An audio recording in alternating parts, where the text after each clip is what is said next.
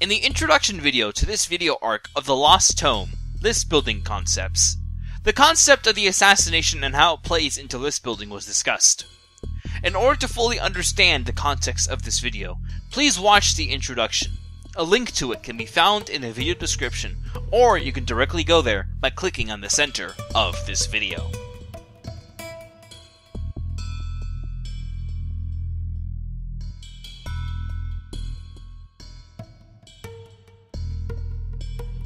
This video will discuss how each faction in the game system of Warmachine goes about performing assassinations, and specific tactics used by casters in their factions that are most common to perform assassinations.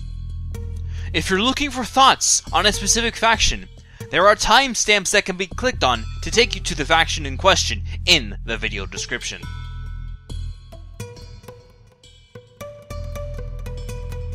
Cygnar has the spell list and the volume of firepower to take out warcasters and warlocks with ease.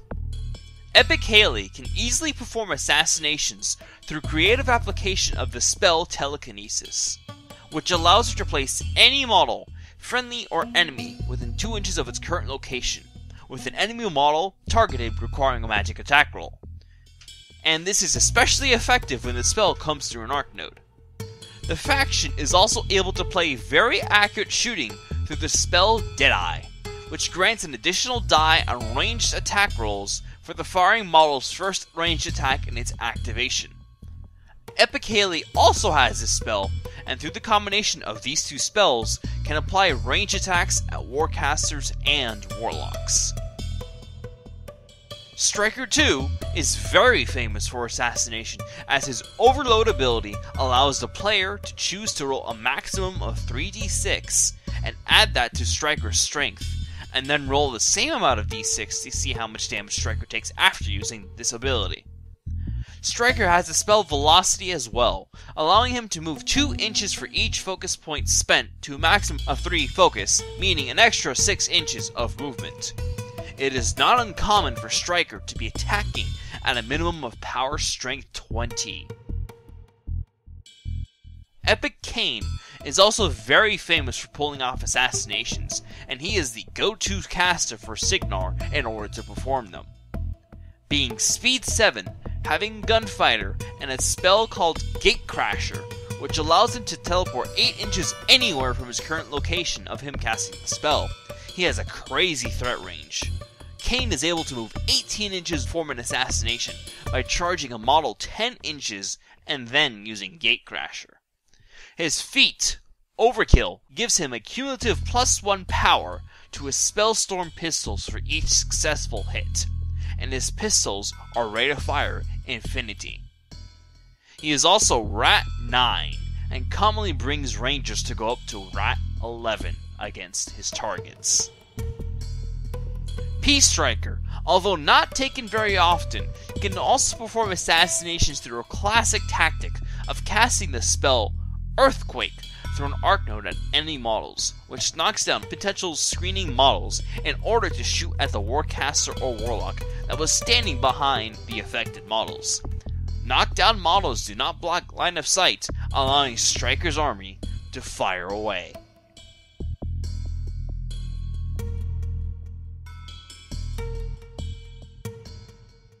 Retribution of Cyriss can easily perform assassinations, as it's part of their faction design and lore, as they absolutely do not like humans wielding magic.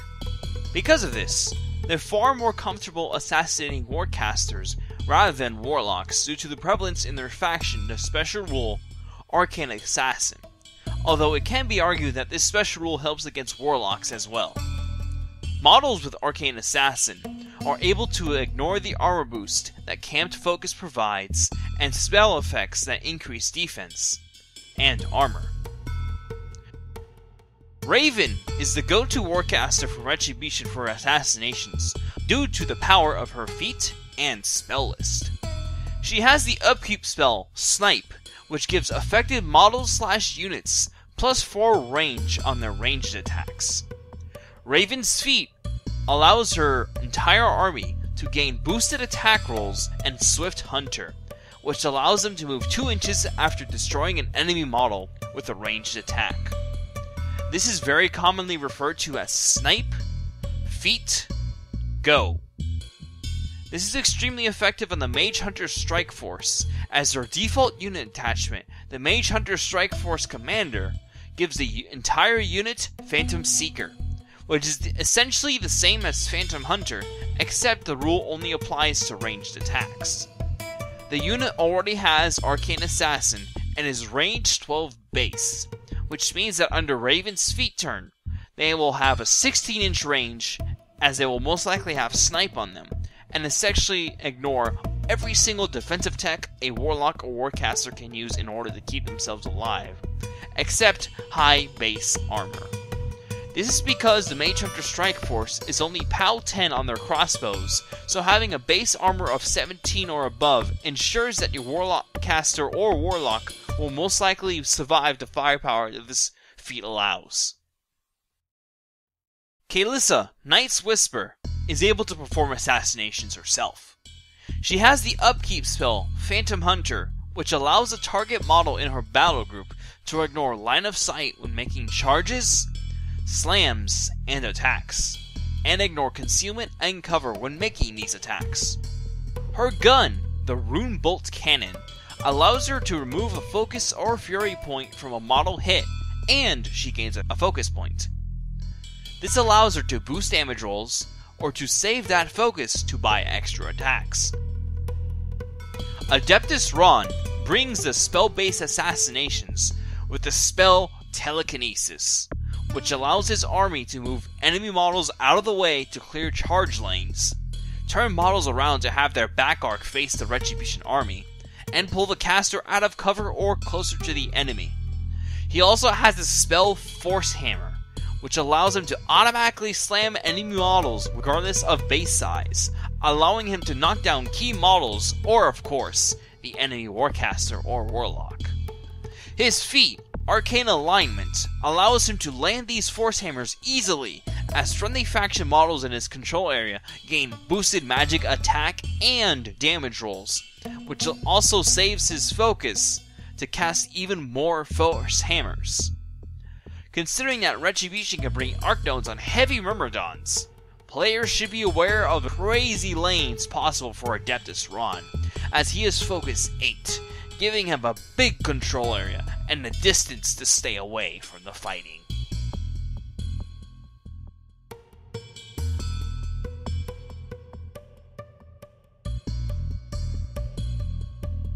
Being a Khador focused channel, I of course know all about Khador's assassination capabilities.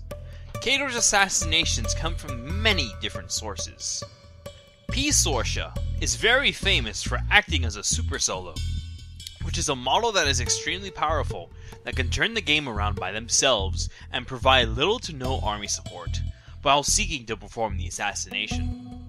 Her feat, Icy Gaze, which makes all enemy models stationary for 1 round that are not immune to cold, that are in her control area and line of sight. She also has a spell called Windrush, which allows her to immediately move a full advance and gain +2 defense. She can also cast Boundless Charge on herself to give her Pathfinder on the charge, as well as gain an additional 2 inches of movement while charging. These 2 spells combined allow P. Sorsha to move up to 17 inches, with speed 6 base, plus an extra 3 inches for charging, plus an extra 2 inches from Boundless Charge, and then an extra 6 inches from Windrush. And, right before P. Sorsha makes her charge attack, she is able to use her feat in order to attack the Warcaster or Warlock while stationary, and hit them automatically. She can buy attacks until the Warcaster or Warlock is dead. This tactic is most commonly seen at the battle box level due to the lack of models, but she is still capable of performing this at any point level, providing that she has the lanes of doing so. P. Vlad is also very famous for performing assassinations in the late game, as his one spell, Blood of Kings, gives him +3 speed, mat, strength, defense, and armor for 1 round. He too has Boundless Charge, which combined with Blood of Kings, allows him to charge the length of his control area, which is 14 inches. Speed 6 base, with plus 3 speed from Blood of Kings, plus 3 inches for charging, and then plus 2 inches from Boundless Charge. P-Vlad usually performs this assassination when closer to the late game as the power of his bread and butter spell, Signs and Portents, drops off as more of his army dies. P-Butcher is similar to P-Vlad in regards to performing the assassination himself in the late game, but P-Butcher does this by being nearly impossible to kill, and with a much smaller threat range. In the late game, it is not uncommon to see P-Butcher cast and upkeep Iron Flesh on himself and camp the rest of his focus. If he does this with a War Dog, he is defense 19, armor 23 in melee, while still being the monstrosity that he is in melee, as he is the Butcher. Vlad 2's feat turn can be all about the assassination, depending on the models that his feat affects. Most commonly in this role are the Kayazi Eliminators. With his feat, they become Speed 10, Mat 10, Power Strength 12, Defense 18, Armor 14, with the special rules Acrobatics, Gang, Sidestep, and the special attack Combo Strike on their knives. With Hand of Fate on them and boosting from Transference, Kayazi Eliminators can easily kill any model, including heavy warjacks. Butcher 2's assassination capabilities primarily come from his feat turn, Feel the Hate. With each enemy model that dies in his control area, Butcher gains a rage token, and he has no limit to how many he can receive. After all friendly models have activated in his control area, he can assign up to 3 rage tokens to any model besides himself that are currently in his control area. These models can then spend 1 rage token to move and make a melee attack, using the other rage tokens on them to boost attack and or damage rolls, or buy additional attacks. This feat allows a 1-2 punch combo to wipe out the enemy army and then kill its Warcaster or Warlock. Prime models for receiving rage tokens are Doom Reavers, Fenris, the Manowar Dracoon, Beast 09, and the Spriggan, as these models have high value attacks, so of course, getting more out of them is the best use of Feel the Hate. Vlad 3 continues the trend of fast-moving melee in Khador, being on a horse, and his feat is what allows him to perform the assassinations that he's capable of. His feat grants him and all cavalry and warjacks in his control area sidestep and sprint. Vlad 3 can get to warcasters and warlocks hiding far away from the action by sidestepping around enemy models, and through a combination of Blood Quenched, cavalry rolls, and Flashing Blade, he can deliver high power strength attacks. Vlad is able to make an initial attack, sidestep around enemy models, and then cast Flashing Blade to kill enemy infantry models around him, make another initial attack, sidestep again, cast more Flashing Blades, and then be in range of the enemy Warcaster or Warlock. And finally, the most recent Warcaster release for Khador, Butcher 3. This version of the Butcher embodies the one-man wrecking crew playstyle that all Khadorans dreamed of, and he does it in style and speed. With Vengeance, Impending Doom, and Energizer, he is able to bring death to any enemy model, Warcaster or Warlock included. On feat turn, he has a potential 13 attacks, even more so if he uses all 12 focus to cast Flashing Blade.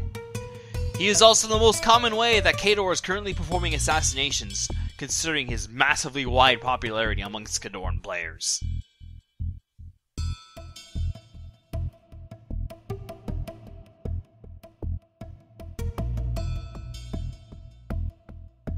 Protectorate of Menoth has very famous assassination runs, such as with P. Kryos' Pop and Drop, and a large availability of the continuous effect fire on the faction's weapons.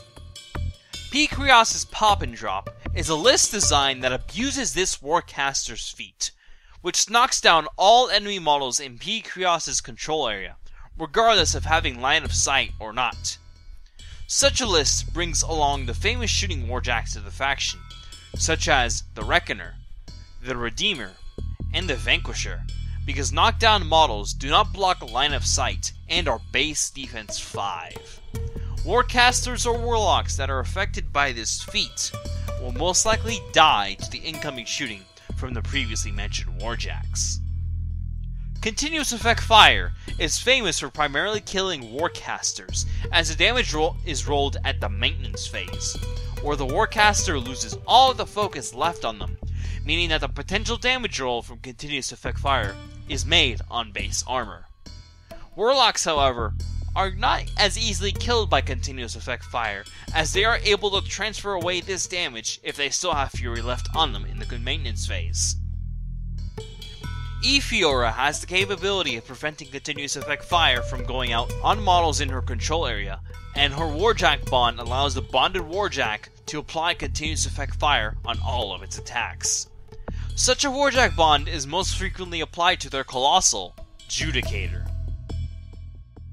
P. Fiora is able to perform the assassination herself, as she has the spell Engine of Destruction, and so does P. Resnick. However, the use of Engine of Destruction is primarily used in either in an attempt to end the game early, or to punish a mistake made by the Protector player's opponent, such as an overcommitted or misplaced Warcaster. It is important to be aware of this tactic for both P. Fiora and P. Resnick, as their assassination capabilities dramatically increase with this spell, as it gives them +4 strength, mat, and +2 speed, which allows them to suddenly close the gap when necessary. Not so popular in the faction, for some odd reason, is Thyra, as she has Acrobatics, Silence of Death, Carnage, is mat 8, and a power strength 11 weapon master on both of her melee weapons. This loadout makes her the prime caster of the faction to perform the assassination herself, which is what she will most likely do. However, she has a predictable total threat range of 10.5 inches, meaning that it is quite easy to stay away from her unless it's a killbox scenario, or the late game. There is also P-Sevi, whose feat can open up the assassination potential against Warcasters because they are not able to replenish their focus on the following turn. The Harbinger of Menoth can perform an assassination herself, as she has a special rule Guided, which allows her to automatically hit with melee attacks. However, she is only power strength 12 on her sword, but with a massive 10 focus, she can perform enough attacks to kill a Warcaster or Warlock, or boost enough purchased attacks in order to seal the deal. Beyond the mentioned Warcasters and the assassination opportunities that they present, the assassination capability for the Protectorate is extremely limited, as they are not capable of speeding up their army, and when they can, only on specific circumstances, such as Harbinger's Crusader's Call and Amon-Ad-Raz's mobility. And the faction has more options available to them to play on a control and attrition aspect. When Protector does perform an assassination, most of the time it is a last-ditch effort to attempt to win the game.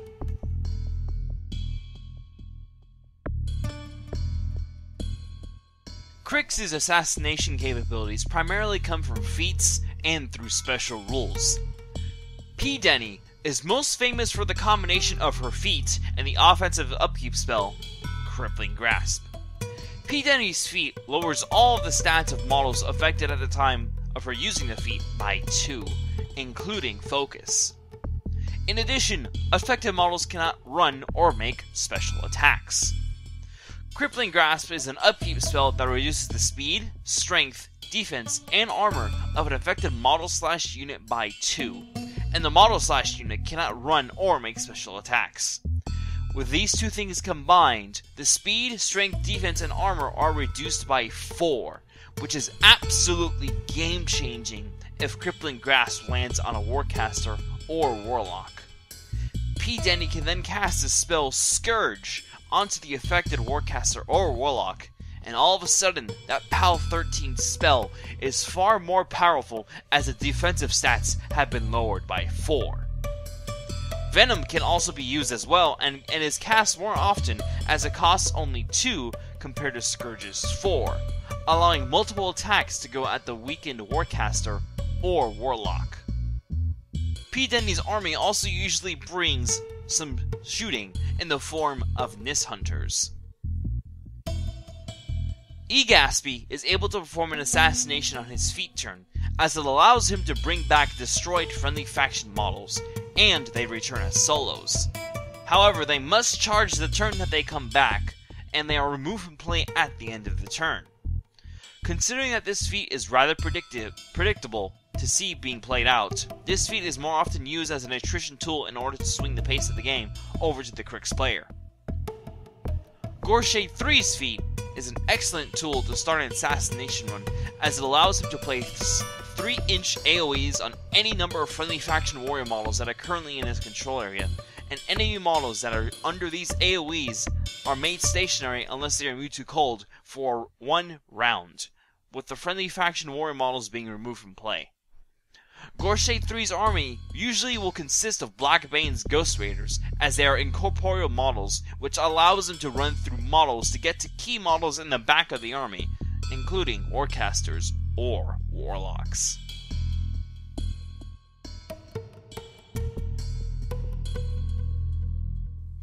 Mercenaries have a limited stable of assassinations as well, which are primarily tied to their Warcasters. Madhammer's feat provides an additional die on blast damage rolls, which can absolutely destroy low armor Warcasters or Warlocks. Combine this with the Earthbreaker, with all of its shots, Madhammer can bring quite a devastating amount of firepower to the table. Gorton Grunback's feat is able to push all enemy models currently in his control area up to 8 inches towards a table edge, such as away from Gorton's army, or towards Gorton's army. This feat also applies a debuff of -3 speed, defense, rat, and affected models cannot give or receive orders. This makes Warcasters or Warlocks far easier to hit, and can be brought into threat ranges previously not considered. There is also the Gortson Earthbreaker, whose torpedoes are able to fire an ammo type called Quake, which knocks down models that are directly hit, and can have all of its damage or attack rolls boosted by Thor Steinhammer's tune-up. The Earthbreaker also has access to the upkeep spell Snipe through General Osram, which makes the Quake torpedoes range 14. Combine these torpedoes with a hill, and the Earthbreaker is able to ignore all intervening models for the purposes of drawing line of sight while shooting, so long as the target is not within an inch of an intervening model. The Galleon is capable of dragging in a Warcaster or Warlock with its harpoon, and perform a free melee attack against them, provided that it does damage on the harpoon ranged attack. Otherwise, the Galleon is primarily used as an attrition tool to clear out enemy infantry. There is also Ashlyn Delis, who can perform the assassination herself in the late game, being Mat 8, Defense 17, and is a Power Strength 11 Weapon Master. Beyond the Earthbreaker, however, compared to the factions that can easily perform assassinations, the options are low for Mercenaries, hence why they are considered to be one of the hardest factions to perform an assassination with.